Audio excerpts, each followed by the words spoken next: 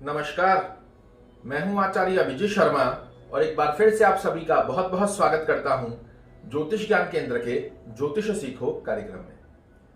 मित्रों, आज एक ऐसे महत्वपूर्ण टॉपिक पर हम चर्चा करने जा रहे हैं जहां 99% एस्ट्रोलॉजर एक फिक्स फॉर्मेट के चलते सामने वाले व्यक्तियों के साथ बहुत बड़ी गलती कर बैठते हैं। आप सभी लोगों ने, अगर ज्योतिष में आपकी रुचि है, किसी व्यक्ति से कुंडली दिखाई हो, त्रिक स्थान, त्रिकोण स्थान, केंद्र स्थान, उपाच्य स्थान, इनके बारे में आपने अवश्य सुना होगा। आज इसी पर हम चर्चा करेंगे, किंतु इसका सही मेथड क्या है वो मैं आपको बताने जा रहा हूं, क्योंकि 99% एस्ट्रोलॉजर एक फिक्स फॉर्मेट के ऊपर चल रहे हैं कि त्रिकोण स्थान और केंद्र स्थान सदैव शुभ फल देते हैं। ऐसा 99% एस्ट्रोलॉजर्स का मानना होता है, किंतु पाराशर ऋषि ने इसका जो सूत्र बताया है इसे सही ढंग से कोई फॉलो ही नहीं कर पाते। पहले मैं आपको बताता हूं कौन कौन से स्थान केंद्र स्थान होते हैं, कौन से स्थान त्रिकोण स्थान होते हैं, कौन से स्थान उपाच्य स्थान होते हैं और कौन से स्थान त्रिकोण स्थान होते हैं। फिर इसे समझाऊंगा किस प्रकार की सही गतिविधि से आप बिल्कुल सटीक कैलकुलेशन जान सकते हैं इन स्थानों के बारे में, क्योंकि इन स्थानों को समझना, जानना, इनमें बैठे ग्रह किस प्रकार से फल देते हैं, इससे संबंधित विशेष रूप से आपको सटीक जानकारी होनी चाहिए। तभी आप एक व्यक्ति की, या आप अपनी ही कुंडली देख रहे हैं या किसी अन्य व्यक्ति की कुंडली देख रहे हैं, उसे सही मार्गदर्शन दे सकते हैं। आइए इसे बोर्ड के माध्यम से समझने का प्रयास कीजिए। फिर मैं आपको बताऊंगा क्या गलतियां एस्ट्रोलॉजर कर रहे हैं और क्या गलती आपको बिल्कुल भी नहीं करनी है। आप सभी लोगों को पता है, मैंने आपको फर्स्ट लेसन में बताया था, ये लग्न स्थान होता है 1, 4, 7 और 10। अब यहां सर्वप्रथम समझ लीजिएगा, यहां नंबर कुछ भी हो सकते हैं, किंतु यह स्थान अर्थात पहला स्थान, चौथा स्थान, यह नंबर कुछ भी हो सकता है, चौथा स्थान, 7वां स्थान, यहां पर भी नंबर कुछ भी हो सकता है, और 10वां स्थान, इस स्थान पर भी नंबर कुछ भी हो सकता है। 1, 4, 7 और 10 ये केंद्र स्थान होते हैं। जिस प्रकार से सेंट्रल गवर्नमेंट होती है, ये बाहरी रूप है कुंडली का, और ये केंद्र है, ये सत्ता है इस कुंडली की मुख्यतया, क्योंकि ये आप हैं, ये आपका भौतिक सुख माता है, ये दाम्पत्य जीवन है और ये आपका कर्म है। इन चारों की महत्वता हर एक व्यक्ति के जीवन में बहुत विशेष बनी हुई है, इसीलिए इसे केंद्र पद का नाम पाराशर ऋषि के द्वारा भी प्राप्त हुआ है और अन्य ऋषियों के द्वारा भी प्राप्त हुआ है। तो सबसे पहले आप अपनी नोटबुक के अंदर नोट डाउन कीजिए, पहला, चौथा, 7वां और 10वां ये केंद्र स्थान होते हैं, ये केंद्र है, इसे सबसे पहले समझ लीजिएगा। इसी के साथ में केंद्र स्थान के बाद में हम बात करते हैं त्रिकोण स्थान की। पहला घर केंद्र भी होता है और पहला घर त्रिकोण स्थान भी होता है। ये लग्न भी है, ये केंद्र स्थान भी है और ये त्रिकोण स्थान भी है। तो त्रिकोण स्थान कौन कौन से होते हैं? तो पहला घर त्रिकोण स्थान होता है, ये केंद्र भी है और त्रिकोण स्थान भी होता है। पांचवा घर ये भी केंद्र स्थान, त्रिकोण स्थान होता है, और नवा घर ये भी त्रिकोण स्थान होता है। मैं बार बार मैं आपको फिर से याद दिला रहा हूं, यहां नंबर कुछ भी हो सकते हैं 1 से 12 तक, क्योंकि सारे लग्न की कैलकुलेशन इस स्थान से चेंज हो जाती है। अगर यहाँ 2 नंबर लिखा होगा तो यहाँ 3 से चालू होगा, 7 लिखा होगा तो 8 से चालू होगा, और उसी के अकॉर्डिंग आगे के नंबर भी चेंज होते चले जाएंगे। तो यहाँ आपको ध्यान ये रखना है, ये 4 स्थान केंद्र स्थान होते हैं, लग्न त्रिकोण होता है, 5वां घर त्रिकोण होता है और 9वां घर त्रिकोण होता है। ये त्रिकोण स्थान है, 3 स्थान। इसके पश्चात में मित्रों त्रिक स्थान के बारे में जानते हैं। त्रिक स्थान कौन से होते हैं? त्रिक स्थान होता है 6वां घर, जहां 6 नंबर लिखा है, यहां नंबर कुछ भी हो सकता है। 6वां घर त्रिक स्थान होता है, 8वां घर त्रिक स्थान होता है और 12वां घर त्रिक स्थान होता है। कुंडली के इन 12 खानों में से इन 3 स्थानों को सबसे बुरा स्थान माना जाता है। क्यों माना जाता है? क्योंकि ये रोग, ऋण, रिपु, कोर्ट कचहरी, मुकदमा, लिटिगेशन, ऑब्स्टेकल, कंपटीशन का स्थान है। ये मृत्यु स्थान है, परेशानियों का स्थान है। कंपटीशन के साथ साथ परेशानियों का स्थान होने के साथ साथ में ही मानसिक तनाव, टेंशन, डिप्रेशन का स्थान है, लिटिगेशन का स्थान है। ये स्थान फिजूल की खर्चियों का स्थान है, जेल यात्रा का स्थान है, और इसी के साथ साथ में हॉस्पिटलाइज खर्चे का स्थान है। इसलिए किसी भी व्यक्ति की कुंडली के अंदर 6, 8 और 12वें स्थान को कभी भी अच्छा नहीं माना जाता। तो यहां आप लिखिए त्रिक स्थान होते हैं छठवां घर, आठवां घर और 12वां घर। ये त्रिक स्थान होते हैं और इनको अच्छा नहीं माना जाता, किंतु इनके ऊपर भी थ्योरी लागू होती है कि इन स्थानों के स्वामी भी कब शुभ फल दे देते हैं, वो भी मैं आपको आगे बताऊंगा। तो आपने जाना केंद्र स्थान ये चारों होते हैं, त्रिकोण होता है 1, 5 और 9, त्रिक स्थान होते हैं 6, 8 और 12। अब बात करते हैं उपाच्य स्थान के बारे में। तो उपाच्य स्थान कौन कौन से होते हैं? तो उपाच्य स्थान होता है तीसरा घर, छठवां घर और 11वां घर। तीसरा घर, छठवां घर और 11वां घर, ये इनको उपाच्य स्थान के नाम से जाना जाता है। अब जैसे जैसे आप आगे सीखेंगे आपको धीरे धीरे समझ में आने लगेगा केंद्र का स्वामी कौन हुआ। तो केंद्र में कौन कौन सी राशियां हैं? तो मेष राशि है, कर्क राशि है, तुला राशि है और मकर राशि है। इनके स्वामी केंद्र के स्वामी कहलाएंगे। त्रिकोण का स्वामी, तो त्रिकोण का स्वामी कौन हुआ? तो त्रिकोण का स्वामी मंगल भी हुआ, क्योंकि मेष राशि के स्वामी है। सिंह राशि इस कुंडली के अकॉर्डिंग अगर हम देखें मेष राशि के अकॉर्डिंग, तो त्रिकोण के स्वामी सूर्य देव हुए और तीसरे त्रिकोण के स्वामी देवगुरु बृहस्पति हुए। ऐसे बहुत से बार आपने यूट्यूब पर भी कई लोगों को देखा होगा, त्रिकोण का स्वामी यदि त्रिकोण में बैठा हो तो बहुत शुभ फल देता है। अब आदमी को आसानी से समझ नहीं आता त्रिकोण का स्वामी होता क्या है, तो यहां मैं आपको बता रहा हूं।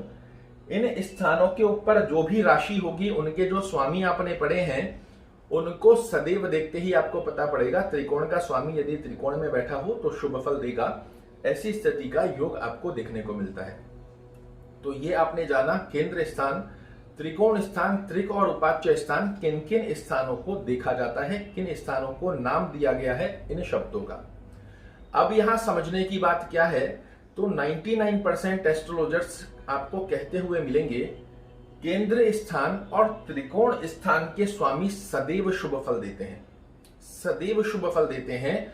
और ऐसी गणना करने के पश्चात बहुत से लोगों को वो फिक्स फॉर्मेट के चलते पत्थर के ऊपर जिस प्रकार लकीर खींची जाती है उस प्रकार लोगों को केंद्र और त्रिकोण के स्टोन पहना देते हैं, गले में त्रिशक्ति जो पेंडल होते हैं वो पहना देते हैं। और कई बार ऐसी गलतियां करने के पश्चात उन एस्ट्रोलॉजर्स का तो कुछ नहीं जाता, किंतु सामने जो व्यक्ति पूर्ण विश्वास के साथ उस व्यक्ति के पास आया है कि गुरुजी मेरा सद्मार्ग दिखाएंगे, मुझे अच्छी स्थितियां बनाकर देंगे, उन व्यक्तियों के साथ बुरा अवश्य हो जाता है। कैसे हो जाता है वो मैं आपको सर्वप्रथम समझा देता हूं। अगर सदैव कोई स्थिति सदैव अच्छी हो ऐसा संभव हो ही नहीं सकता। हम एक साधारण व्यक्ति हैं, ये एक ग्रह योग है। हमारे जीवन में जितने भी हमने ग्रंथ पढ़े हैं भगवान भी कभी सदैव सत्य हुए, सदैव उनके द्वारा लिए गए निर्णय सच हुए, ऐसा योग कभी भी नहीं देखने को मिला। आप बात कर लीजिए कृष्ण देव की, तो भगवान श्री कृष्ण पांडवों के लिए तो बहुत अच्छे हो गए, किंतु कौरवों की नजरों में वो कभी भी अच्छे नहीं हुए। भगवान श्री राम जब सीता का त्याग किया तो जो अयोध्या के अंदर अयोध्या नगरी में लोग रह रहे थे उनकी नजरों में तो वो मर्यादा पुरुषोत्तम श्री राम बन गए, किंतु सीता जी की नजरों में राम जी के द्वारा लिया गया निर्णय अच्छा नहीं साबित हुआ, ये आप सभी लोग जानते हैं। तो जिन्हें हम भगवान स्वरूप में पूजते हैं उनके द्वारा ही सदैव सत्य स्थितियां नहीं प्रकट हुई, तो ग्रहों के द्वारा या हमारे साधारण जनजीवन जीने वाले व्यक्तियों के द्वारा सदैव कोई स्थिति सत्य हो सकती है या सच हो सकती है, ऐसा संभव नहीं हो सकता। इसे उदाहरण स्वरूप में आपको बता देता हूं, क्योंकि मेरे पास दिन में जितने भी लोग आते हैं आप विश्वास कीजिएगा 10 लोग आ रहे हैं, अगर 10 लोगों के अंदर से 5 लोगों ने स्टोन पहना हुआ है तो 4-5 कई बार 5 के 5 लोगों ने गलत स्टोन पहना हुआ होता है। सिर्फ और सिर्फ इस अधूरे ज्ञान के चलते एक पत्थर के ऊपर जो लकीर खींचते हुए आ रहे हैं उसी को फॉलो करते हुए अन्य एस्ट्रोलॉजर इसे फॉलो कर रहे हैं। आपने सभी ग्रहों के उच्च और नीच पढ़ लिए हैं, आप सभी लोगों को पता है। मैंने आपको बताया त्रिकोण और केंद्र स्थान का स्वामी अगर मेष लग्न की कुंडली की बात करें तो मंगल देव होते हैं, और एस्ट्रोलॉजरों का मानना है केंद्र स्थान के स्वामी और त्रिकोण स्थान के स्वामी सदैव शुभ फल देते हैं। ऐसी स्थिति में आप इसे समझिए मेष राशि मेष लग्न के स्वामी मंगल देव होते हैं, और मंगल देव यदि इस स्थान पर आकर बैठ जाए इस कुंडली में अर्थात कर्क राशि में आ जाए, और आप सभी लोगों ने पढ़ा है उच्च नीच में कर्क राशि के अंदर अर्थात 4 नंबर में यदि मंगल देव आकर बैठ जाएं तो ये नीच के हो जाते हैं। ऐसी अवस्था में, और आपने ये भी पढ़ा है कि नीच का ग्रह कभी भी शुभ फल नहीं देता चाहे वो लग्नेश ही क्यों ना हो। तो ऐसी अवस्था में यदि उस फिक्स फॉर्मेट के चलते आपने किसी व्यक्ति को मूंगा धारण करा दिया या आपने ही धारण कर लिया, तो ये अकेला मंगल देव आपका बंटाधार करने के लिए काफी होता है। क्योंकि नीच के ग्रह को स्टोन पहनाकर यदि आपने और बलवान किया तो वो सदैव आपको ही बीट करता हुआ पाया जाएगा। भौतिक सुखों के अंदर प्रॉब्लम क्रिएट करेगा। माता से जो अंडरस्टैंडिंग होनी चाहिए, माता के साथ में स्वास्थ्य को खराब कर देगा। माता से अंडरस्टैंडिंग में प्रॉब्लम क्रिएट कर देगा। यहां से 1, 2, 3, 4 चौथी दृष्टि देकर दाम्पत्य जीवन, पार्टनरशिप, डेली वेजेस को खराब करेगा। 7वीं दृष्टि देकर कर्म भाव को खराब करेगा और 8वीं दृष्टि से डिजायर्स ही पूरी नहीं होने देगा। यही कुंडली का अति योग कारक ग्रह है, जो एक केंद्र का मालिक भी है और एक त्रिकोण का मालिक भी है। यही आपको सीखना है। बिल्कुल सत्य तरीके से क्या कैलकुलेशन निकालकर आप सामने वाले व्यक्ति को प्रेडिक्शन दें, या आप अपनी ही कुंडली देख रहे हैं तो किस गतिविधि से आपके द्वारा देखी गई कुंडली का सटीक प्रेडिक्शन निकल कर आए, यही मेरा एकमात्र उद्देश्य बना हुआ है। और इसीलिए मैं जितना डीपली आपको समझाने का प्रयास कर सकता हूं उतना अवश्य करूंगा। इसे दूसरे उदाहरण से समझ लीजिए। त्रिकोण का मालिक सदैव शुभ फल देता है, ऐसा कहना होता है एस्ट्रोलॉजर्स का।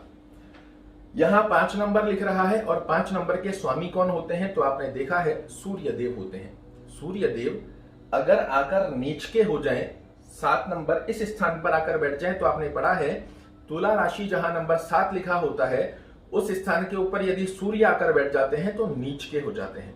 और नीच की अवस्था के अंदर कोई भी ग्रह कभी भी शुभ फल नहीं देता। और वही अधूरे ज्ञान के चलते यदि इस व्यक्ति को माणिक धारण करा दिया जाए या रूबी धारण करा दिया जाए, माणिक को रूबी ही कहते हैं, तो कभी भी इस व्यक्ति का अकेले सूर्य देव बंटाधार कर देंगे। इस व्यक्ति का कभी सेटलमेंट होगा ही नहीं। यदि पंचमेश त्रिकोण के मालिक आकर सप्तम भाव में नीच के हो जाएं, अगर यहां पर अधूरे ज्ञान के चलते किसी व्यक्ति को माणिक धारण करा दिया, ये डिवोर्स तक करवा देते हैं। क्योंकि बड़े फास्ट प्लैनेट हैं और साथ साथ में अग्नि कारक तत्व की स्थितियां बना देते हैं। डेली वेजेस, दाम्पत्य जीवन के अंदर परेशानियां, डेली वेजेस के अंदर परेशानियां, पार्टनरशिप में अगर धारण कर लिया तो निश्चित रूप से 100% उसको लॉस लगना ही है। यहां से लग्न को देखकर लग्न के ऊपर खराब स्थितियां बनाते हुए पाए जाएंगे। सदैव व्यक्ति के साथ में व्यक्तित्व ही खराब करके रख देंगे। उसके आचार विचार व्यवहार स्वभाव के अंदर इतनी गलत गतिविधियां ऐड कर देंगे कि व्यक्ति के व्यक्तित्व को कोई पसंद ही ना करे। इसी के साथ में मालिक कहां के हैं, तो पंचम भाव के। संतान से संबंध खराब, सडन ऑफ लॉसेस की स्थितियां, स्टमक से रिलेटेड प्रॉब्लम, मेमोरी से रिलेटेड प्रॉब्लम। अगर कोई विद्यार्थी होगा और उसको यदि माणिक धारण करा दिया, उसकी विद्या को खत्म करने जैसी स्थिति बना देते हैं। और वहीं एस्ट्रोलॉजर कह रहे हैं कि त्रिकोण का मालिक सदैव शुभ फल देता है। इसे एक और उदाहरण से समझ लीजिए। मैं आपके डाउट्स को क्लियर करना चाह रहा हूं। एक भी डाउट पूरे लेसन्स के अंदर 300 लेसन का ये जो हम महासंग्राम बना रहे हैं, 300 लेसन का बृहद एस्ट्रोलॉजी का कोर्स बना रहे हैं, इसके अंदर एक ऐसी सिंगल चीज मैं नहीं छोड़ूंगा जो आपको मास्टरी गेन करने की स्थिति को कहीं पर भी कमजोर करे। 10, 15, 20 साल से जो लोग एस्ट्रोलॉजी के अंदर अपना अध्ययन कर रहे हैं, जो लोगों को ज्योतिष सिखा रहे हैं, बता रहे हैं, उनके समीप आप ये 300 क्लासेस पूरी करने के पश्चात में अगर ना खड़े हो जाएं तो मुझे आकर कहिएगा। जो 10-15 साल से इस क्षेत्र के अंदर कार्य कर रहे हैं, उनकी स्थिति इवन मैं कहूंगा, बड़ी बात नहीं कह रहा हूं, उनसे भी आगे 2 कदम की स्थिति में आपको ले जाकर खड़ा करूंगा। ये मैं आज आपसे वादा कर रहा हूं। इसे एक और उदाहरण से समझ लीजिए। तीसरी स्थिति में त्रिकोण स्थान आपने जाना, इस स्थान को कहते हैं 9 अर्थात धनु राशि। और धनु राशि के स्वामी कौन होते हैं, तो स्वामी होते हैं देवगुरु बृहस्पति। देवगुरु बृहस्पति यदि 10 नंबर में जाकर बैठ जाए, 10 नंबर मकर राशि होती है और आपने पढ़ा है मकर राशि के अंदर देवगुरु बृहस्पति नीच के हो जाते हैं। और वही अधूरे ज्ञान के चलते त्रिकोण सदैव शुभ फल देता है। इस कैलकुलेशन को अगर लगाया और किसी व्यक्ति की कुंडली आप देख रहे हैं और उस व्यक्ति के 10 नंबर में जाकर त्रिकोणेश बैठ गए, अर्थात त्रिकोण के मालिक बैठ गए, ये देवगुरु बृहस्पति अकेले ही अपनी दशांतर दशा में इस व्यक्ति का चाहे करोड़ों रुपए का व्यवसाय हो, यदि इस व्यक्ति को पुखराज धारण कराकर और देवगुरु बृहस्पति को एक्टिव कर दिया और देवगुरु बृहस्पति की दशांतर दशा चल पड़ी, इस व्यक्ति के करोड़ों रुपए के व्यवसाय को अकेले देवगुरु बर्बाद करने की स्थिति बना देंगे। चाहे वो कुंडली के कितने ही शुभ हो, किंतु सूत्र कहता है कि नीच का ग्रह अगर अपनी दशांतर दशा में कभी भी अच्छे फल नहीं देता, और साथ में मैंने आपको दृष्टियां भी बताई थी, तो कर्म को तो खराब करेंगे ही करेंगे, साथ साथ में 1 2 3 4 5 देवगुरु बृहस्पति के पास 3 दृष्टियां होती है, 5वीं 7वीं और 9वीं। तो यहां से 5वीं दृष्टि से वाणी को खराब करेंगे, कुटुंब परिवार का सहयोग मिलेगा ही नहीं, धन से संबंधित व्यक्ति के साथ जीवन में इतनी समस्याएं बना देंगे कि व्यक्ति समझ ही ना पाए। यहां से 7वीं दृष्टि देकर भौतिक सुखों के अंदर प्रॉब्लम, माता से अंडरस्टैंडिंग में प्रॉब्लम, माता से मनमुटाव की जैसी स्थितियां बना देंगे।